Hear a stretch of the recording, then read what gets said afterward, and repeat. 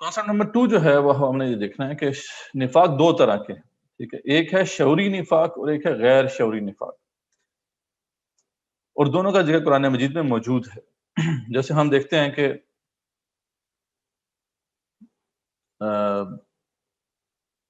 سورہ آل عمران میں اللہ تعالیٰ فرماتے ہیں کہ وَقَالَتْ طَائِفَةٌ مِّنْ أَهْلِ الْكِتَابِ آمِنُوا بِالَّذِي أُنزِلَ عَلَى الَّذِينَ آمَنُوا وَجْهَ النَّهَارِ وَاكْفُرُوا آخِرَهُ لَعَلَّهُمْ يَرْجِعُونَ، ٹھیک ہے، تو ان میں سے ایک اہل کتاب کا گروہ ایسا کرتا ہے کہ وہ کہتا ہے کہ دیکھو ایمان لاؤ، جو بھی ایمان مطلب جس طرح ایمان لاتے ہیں لوگ تم بھی ایمان لاؤ دن کے آغاز میں اور شام کو پھر کافر ہو جاؤ، یعنی اسی دن کے اینڈ میں آپ کافر ہو جاؤ، تاکہ جو ہے نا یہ جو اسلام کی طرف مائل ہو رہے ہیں یہ بھی پلٹ جائیں۔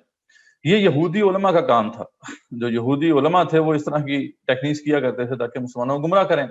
اب ظاہری بات ہے یہ شخص جو اسلام کے اندر آیا ہے تو اس کو شعوری طور پہ پتہ ہے کہ یہ اسلام میں نہیں آیا، اندر اس کے کفر ہی ہے۔ یا ان کے بارے میں اللہ تعالیٰ سورہ مائدہ میں فرماتے ہیں کہ وَإِذَا جَاءُوكُمْ قَالُوا آمَنَّا، جب یہ تمہارے پاس آتے ہیں تو کہتے ہیں، جب جو ہے تمہارے پاس تمہاری محفل میں ہوتے ہیں تو کہتے ہیں کہ ہم ایمان لے آئے وَقَدْ دَخَلُوا بِالْكُفْرِ وَهُمْ قَدْ خَرَجُوا بِهِ، تو اللہ فرماتے ہیں کہ یہ داخل ہی کفر میں ہوئے ہیں، ان کو اندر سے کوئی ایمان نہیں لے کے آئی، صرف زبانی جو ہے انہوں نے کہہ دیا ہے کہ ہم ایمان لے کر آئے ہیں، اندر ان کے شروع سے ہی کفر تھا اور اسی کے ساتھ وہ نکل گئے۔ تو یعنی کبھی ایمان کے دائرے کے اندر یہ داخل دراصل ہوئے ہی نہیں ہیں۔ واللہ عالم بما کانوا یکتمون، اللہ جانتا ہے جو کچھ بھی یہ چھپاتے ہیں، ٹھیک ہے۔ تو یعنی یہ وہ منافقین کی وہ قسم ہے کہ جن کو پتہ بھی ہوتا ہے کہ وہ منافق ہیں، جیسے کہ اسلام کے اندر اسلامی تاریخ میں ایسے بہت سے کریکٹر ملتے ہیں، لارنس آف عربیہ کا ملتا ہے کریکٹر، ریمنڈ ڈیوس کا کریکٹر ہمارے سامنے پاکستان میں موجود تھا، یہ مسلمانوں میں گھسے ہوئے تھے، ٹھیک ہے، اور اپنے آپ کو مسلمان شو کرتے تھے، لیکن یہ ہے کہ دراصل وہ ایجنٹ سے غیر مسلم تھے۔ تو اس طرح کے لوگ جو ہیں یہ سیرت محمدی صلی اللہ علیہ وسلم میں بھی ہمیں نظر آتے ہیں، یعنی آپ صلی اللہ علیہ وسلم کے دور میں بھی ایسے لوگ موجود تھے جو اس طریقے سے جو ہے اسلام کا لبادہ اوڑھ کر مسلمانوں کو گمراہ کرنے کے لیے آ جاتے تھے۔ انہیں شعوری منافقین کہا جاتا ہے، اور یہ جو نفاق ہے یہ شعوری نفاق ہے، کیونکہ چہرے میں سامنے کچھ ہے اور پیچھے کچھ ہے۔ لیکن شعوری نفاق کے علاوہ بھی ایک نفاق کی قسم ہے جو سب سے زیادہ خطرناک ہے، جس سے ہمیں جو ہے وہ خوف کھانا چاہیے، اور وہ ہے غیر شعوری نفاق۔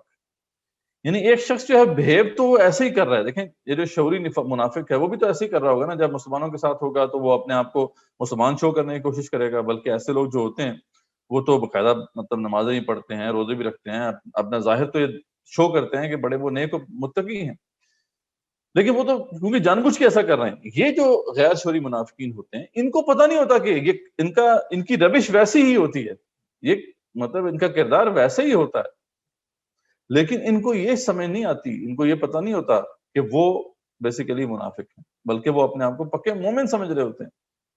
اور اس قسم کے منافقین کا ذکر تو بکثرت قرآن مجید موجود ہے۔ شعوری نفاق کا ذکر تو بہت کم جگہوں پہ ہے، زیادہ جگہوں پر جو ڈسکشن ہے وہ ساری کی ساری غیر شعوری نفاق کے حوالے سے، اور یہ بیسیکلی وہ مسکنسیپشن شاید ہو گئی ہے جس کی وجہ سے آج امت مسلمہ میں اس کے بارے میں جو نو ہاؤ ہے، انڈرسٹینڈنگ ہے، وہ نہ ہونے کے برابر ہے، کہ لوگ شاید سمجھتے ہیں کہ یہ منافقین سے مراد وہی ہے وہ جو غیر مسلم ایجنٹس ہیں، حالانکہ ایسی بات نہیں ہے۔ جو اصل میں جس کو اللہ تعالیٰ نے بار بار ہائی لائٹ کیا ہے قرآن مجید میں، وہ غیر شعوری نفاق ہے۔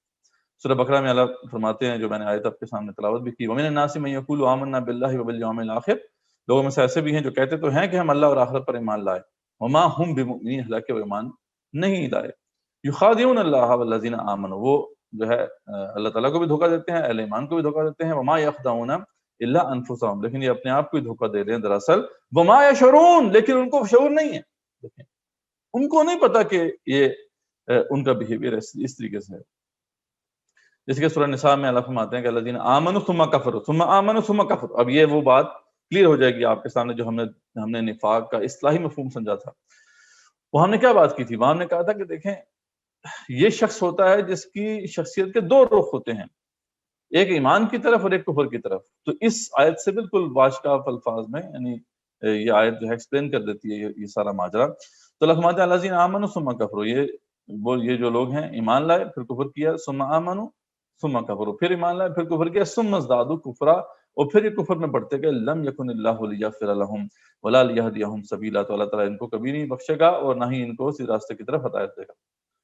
تو یہ اس کا مطلب ہے کہ وہ ایمان میں کبھی ہوتے ہیں، ایسا نہیں ہے کہ وہ بالکل کفر کی طرف ہوتے ہیں، لیکن یہ ہے کہ وہ ان کے اندر ٹرپنگ شروع ہو جاتی ہے. تو ذالک بانہم آمنوا ثم کفروا، اللہ تعالیٰ سورہ منافقون میں فرماتے ہیں کہ یہ اس لیے ہوا کہ ایمان لائے تھے پھر کافر ہو گئے. فطبع علی قلوبہم، ان کے دلوں پہ جو ہے وہ مہر لگا دی گئی. فہم لا یفقہون، لیکن ان کو اس کی سمجھ نہیں ہے. ان کے ساتھ کیا ہوا ہے ان کو نہیں پتہ چل رہا، ان کو اس بات کا شعور حاصل نہیں ہے. اور یہ خاص طور پہ جو بڑا ہی ہلا دینے والا مقام ہے سورہ حدید میں، یعنی ایسے لوگوں کو اپنے مرنے کے بعد تک بھی پتہ نہیں ہوگا کہ وہ منافق تھے. یعنی یہ ہلا دینے والی بات ہے، واقعی ہلا دینے والی بات ہے. یہ تو روز محشر جب اللہ تعالیٰ ان سے کہیں گے کہ جاؤ یہ پل صراط کو کراس کر لو، تو وہاں جو دل کا ایمان ہوگا وہ روشنی میں تبدیل ہو جائے گا، یا نام اعمال جو ہوں گے دو جائیں ہاتھ میں جن کو دیے جائیں گے وہ اس کی روشنی ہوگی. تو وہاں پہ جب ان کو معلوم ہوگا کہ یہ تو منافق تھے، کیونکہ ان کے دل میں ایمان تو تھا نہیں، وہ تو دل کے اندر تو ایمان کی جتنی کیفیت ہوگی اس کے مطابق ہی روشنی ملے گی وہاں پر، تو یہ روشنی سے محروم ہو جائیں گے. اور اس وقت وہاں پہ وہ حیرانگی سے پوچھیں گے، ایک تو پہلے چلائیں گے، اہل ایمان کو پکاریں گے کہ بھائی ہمیں بھی کچھ جو ہے اپنے اس نور سے دے دو، ٹھیک ہے. تو اس پہ اہل ایمان ان کو کہیں گے دیکھیں یہ نور تو آپ کو پہلے پیچھے سے لے کے آنا تھا، یہ تو اعمال کا نور ہے، یہ تو جو ہے سچے ایمان کا نور ہے، وہ آپ کے پاس نہیں ہے، ہم آپ کو نہیں دے سکتے. لیکن وہ پھر جو اہل ایمان ہیں وہ منافقین کو وہاں پر یہ بتائیں گے کہ تمہارے ساتھ ہوا کیا اصل میں معاملہ. تو وہ کہیں گے ینادونہم الم نکن معکم، وہ پکاریں گے یہ منافقین اہل ایمان کو، کیا ہم تمہارے درمیان نہیں تھے، یہ ہمارے ساتھ کیا ہوا. یعنی ان کے لیے وہاں پہ بھی یہ شاکنگ نیوز ہوگی. یہ ہے ہلا دینے والی بات.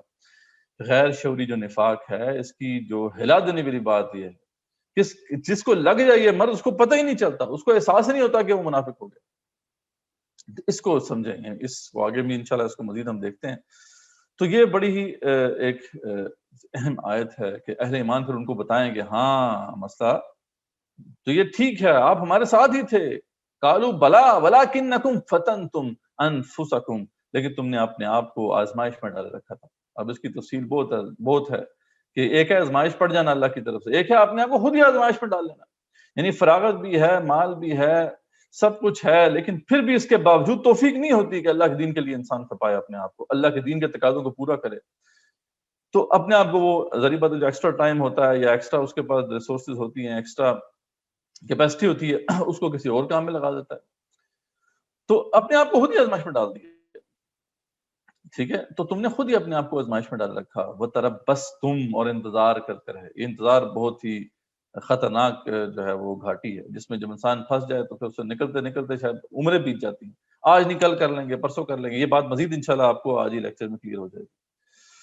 اور پھر وَارْتَبْتُمْ، اور تم شک میں رہے. ایک ہے شک میں شک پڑ جانا، ٹھیک ہے، یہ تو نیچرل چیز ہے، لیکن شک کو دور بھی تو کیا جا سکتا ہے. لیکن بعض اوقات کیا ہوتا ہے کہ انسان جو ہے شک کی پناہ گاہ میں پناہ لینا چاہتا ہے، وہ چاہتا ہی نہیں بات کلیئر ہو. بات کلیئر ہوگی تو پھر پکڑے جائیں گے، یہ پھر تو کام کرنا پڑے گا. اس لیے شک میں رہے، تم خود شک میں رہے. وغرتکم الامانی، اور تمہیں من پسند سوچ جو ہے وشفل تھنکنگ نے تمہیں جو ہے وہ دھوکے میں ڈالے رکھا. حتی جاء امر اللہ، یہاں تک کہ اللہ کا فیصلہ آ گیا، موت آ گئی، ٹھیک ہے. اور وغرکم باللہ الغرور، اور وہ دھوکے باز شیطان نے بھی تمہیں دھوکے میں ڈال رکھا. یہ وجہ ہے جو تمہارے ساتھ معاملہ یہ ہو گیا کہ تمہیں اس کا پتہ ہی نہیں چل سکا، ٹھیک ہے. تو یہ ہے جی غیر شرعی نفاق کے حوالے سے بہت ہی ایک ہلا دینے والا معاملہ ہے جس کو ہمیں مد نظر رکھنا چاہیے.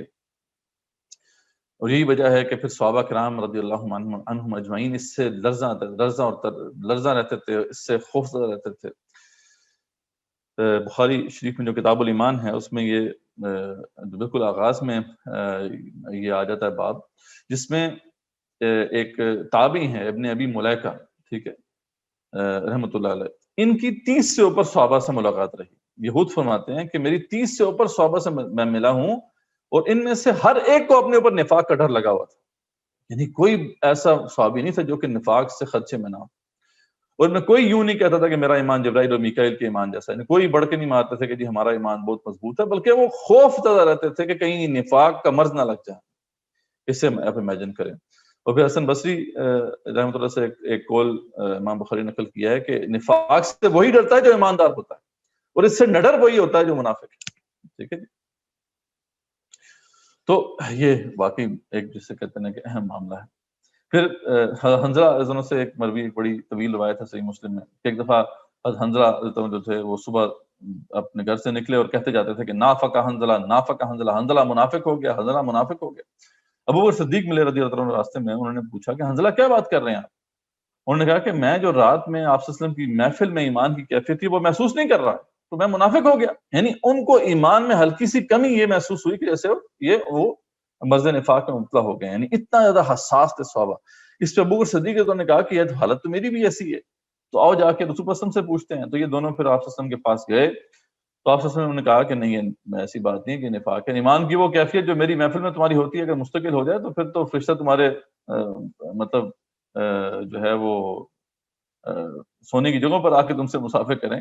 تو ایسا نہیں، کبھی ایسے کبھی ایسے، آپ سے کبھی ایسے ہوگا کبھی ایسے ہوگا، یہ کیفیت تبدیل ہوتی رہے گی۔ تو یعنی لیکن وہ ٹھیک ہے وہ نفاق نہیں تھا، آپ نے کلیریفائی کر دیا، لیکن ان کو احساس کیا تھا یہ میٹر کرتا ہے کہ ایمان میں ہلکی سی کمی جو ہے ان کو محسوس ہوئی، تو انہوں نے یہ خدشہ ظاہر کیا کہ کہیں میں منافق تو نہیں ہو گیا۔ اور پھر بہت ہی مشہور واقعہ ہے، آپ بتائیے حضرت حذیفہ رضی اللہ عنہ کو جو تھے اللہ تعالیٰ نے، اللہ کے رسول صلی اللہ علیہ وسلم نے نام بتا دیے تھے منافقین کے، ٹھیک ہے۔ تو اور یہ بیسیکلی غزوہ تبوک کے دوران یہ واقعہ پیش آیا تھا کہ جب آپ صلی اللہ علیہ وسلم جو تھے وہ جا رہے تھے، کسی گھاٹی سے گزر رہے تھے، تو ساتھ حذیفہ رضی اللہ عنہ آپ کے ساتھ تھے، تو اس دوران پھر منافقین نے کچھ حملہ کیا تھا آپ صلی اللہ علیہ وسلم کے اوپر۔ تو لیکن وہ جو حملہ تھا وہ اسے مطلب کامیاب نہیں ہوئے، وہ اس کے اپنی جو مضمون مقاصد تھے ان کے، لیکن آپ صلی اللہ علیہ وسلم نے پھر حضرت حذیفہ رضی اللہ عنہ کو جو ہے نام بتا دیے تھے منافقین، ٹھیک ہے، اور اس لیے ان کا ایک نام بھی پڑ گیا تھا صاحب السر النبی، یعنی وہ نبی صلی اللہ علیہ وسلم کے رازدان ہیں۔ تو لوگ اکثر ان سے آ کے پوچھا کرتے تھے حذیفہ نام تو بتائیں تو صحیح کون ہے وہ؟ آپ صلی اللہ علیہ وسلم کی انسٹرکشن نہیں تھی کہ آپ نے کسی کو نہیں بتانا، تو وہ نہیں بتاتے تھے۔ لیکن دیکھیں عمر بن خطاب جو ہے اتنا بڑا صحابی ہیں، اتنے بڑے صحابی ہیں، خلفاء راشدین میں سے ہیں، اور آپ صلی اللہ علیہ وسلم نے فرمایا کہ میرے بعد کوئی نبی ہوتا تو عمر ہوتے رہتا۔ تو وہ آ کے ان سے پوچھتے ہیں قسم دے کر، اے حذیفہ مجھے قسم ہے تمہیں اللہ تعالیٰ کی، مجھے بتاؤ کہیں میں تو منافقین میں سے نہیں؟ یہ امیجن کریں کہ عمر بن خطاب جیسا بندہ یہ سمجھ رہا ہے کہ کہیں وہ تو منافقین میں سے نہیں ہے، نہیں، یہ ہے جو ہے سیویرٹی اس مرض کی، اور یہ سیریسنس ہے مطلب اس مرض کی کہ اس سے پھر ڈرنا چاہیے۔ لیکن آج انفارچونیٹلی معاملہ کیا ہے وہ آپ کے سامنے ہے، آج جو ہے ہمیں اس کا شعور ہی نہیں ہے کہ یہ کوئی مرض ہے، ٹھیک ہے۔ تو یہ ہمارا تصور نمبر 2 تھا۔